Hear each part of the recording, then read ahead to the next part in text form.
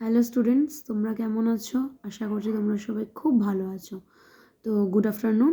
তো তোমাদের সাথে কিছু কথা শেয়ার করবো আজকে। তো সেটা কি? সেটা হচ্ছে যে আজকে তোমাদের জন্য আমি একটা ইম্পর্টেন্ট কিছু সাজেশনস টপিক নিয়ে এসেছি। যারা নিউট্রিশন নিয়ে পড়ছো এবং 12 বোর্ড দেবে তাদের জন্য। তো কিছু কিছু ইম্পর্টেন্ট টপিক, এবং সেটা পার্টিকুলার একটা চ্যাপ্টারের ওপর। সেটা তোমাদের হচ্ছে অপুষ্টি প্রতিরোধে পরিপূরক খাদ্য প্রদান কর্মসূচি এবং বিভিন্ন সংস্থা। যে সংস্থাগুলো আছে সেগুলো অনেক বড় বড়। তোমরা ভাবছো কী করে পড়বো, আমরা কেমনভাবে পড়বো, তোমরা বুঝতে পারছো না। তো তার জন্য আমি কিছু স্পেসিফিক্যালি তোমাদের সংস্থার নাম বলে দিচ্ছি, এবং সেখান থেকে তোমাদের কোশ্চেন্স আসবে। 99% আসার চান্স বেশি। যেমন ধরো ICMR, তারপর ধরো CFTRI, যেমন ধরো FAO, WHO, ICDS, mid day meal programme, national food security actions, এইগুলো যেগুলো আছে খুব ভালো করে তোমরা দেখে যাও। এবং এগুলোর মধ্যে তোমরা কি দেখবে? প্রথমত দেখবে প্রাপক গোষ্ঠী কারা, মানে বেনিফিশিয়ারিজ গ্রুপ, মানে কাদের জন্য এটা করা হচ্ছে, উদ্দেশ্য কি, মানে এগুলোর মধ্যে উদ্দেশ্য মানে কি জন্য করা হবে সেটা।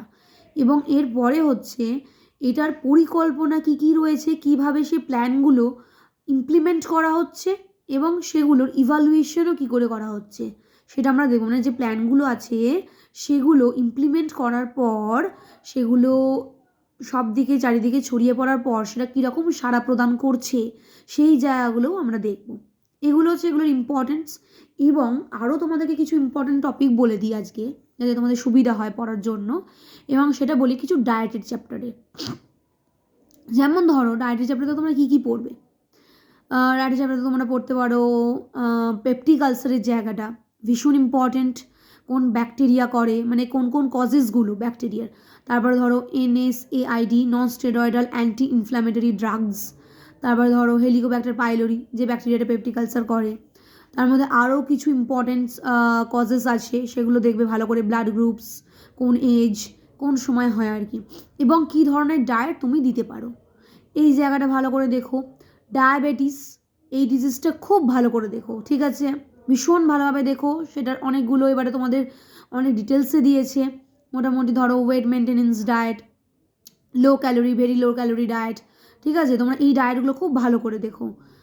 ওবেসিটির মধ্যে ফর শর্ট কোশ্চেন 2 মার্কস, এবং একটা ভালো করে একটা ডায়েট চার্ট সুন্দর করে রেডি করে, প্রত্যেকটা ডায়েটেরই একটা করে খুব ভালো করে একটা সুন্দর করে ডায়েট চার্ট রেডি করবে ফর 5 মার্কসের জন্য। এবং একটা কথা বলি, যে যে ডিজিজগুলো বললাম, peptic ulcer, diabetes, obesity, IBS, irritable bowel syndrome, IBS, cholelithiasis, cholecystitis, nephritis, তারপরে তোমার হচ্ছে বলো দিকের জন্ডিস, হেপাটাইটিস, এই ডিজিজগুলো খুব ভালো করে দেখে যেও, খুব ভালো করে এগুলোর কজেস, এগুলোর তোমার কী ধরনের তোমরা ডায়েট প্রোভাইড করবে, কী কী খাবার তোমরা দিতে পারবে, কী কী দিতে পারবে না, এই জায়গাগুলো কোনটা কিভাবে হচ্ছে, কিসের জন্য হচ্ছে, মানে প্যাথোজেনেসিস বলা যেতে পারে। আর একটা হচ্ছে জ্বর, ঠিক আছে, ফিভার্স।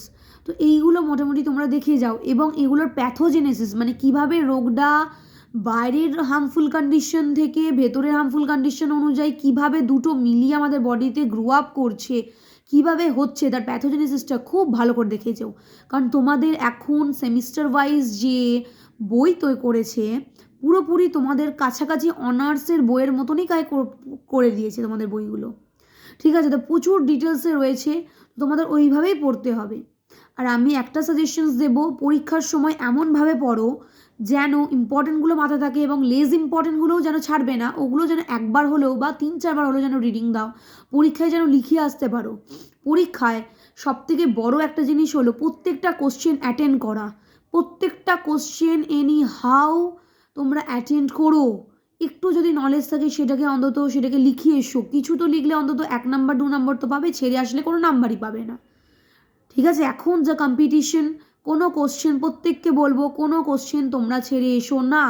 এবং কম্পিটিশনের থেকে বড় কথা আমি বলবো, যেটা পড়ছো যেটুকুনি পড়ছো খুব ভালো করে মাথার মধ্যে ঢুকিয়ে নাও। ইন ফিউচার যারা ভাবছো নিউট্রিশন নিয়ে পড়বে তাদের এই ডায়েটের পোর্শনটা খুব কাজে লাগবে। ডায়েট কেন, প্রত্যেকটা চ্যাপ্টার্স খুব ভালো করে কাজে লাগবে।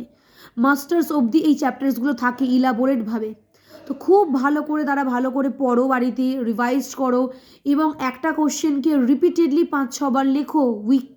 উইকলি তোমরা এগুলো করো, দেখবে ফ্রুটফুল রেজাল্ট তোমরা পাবে।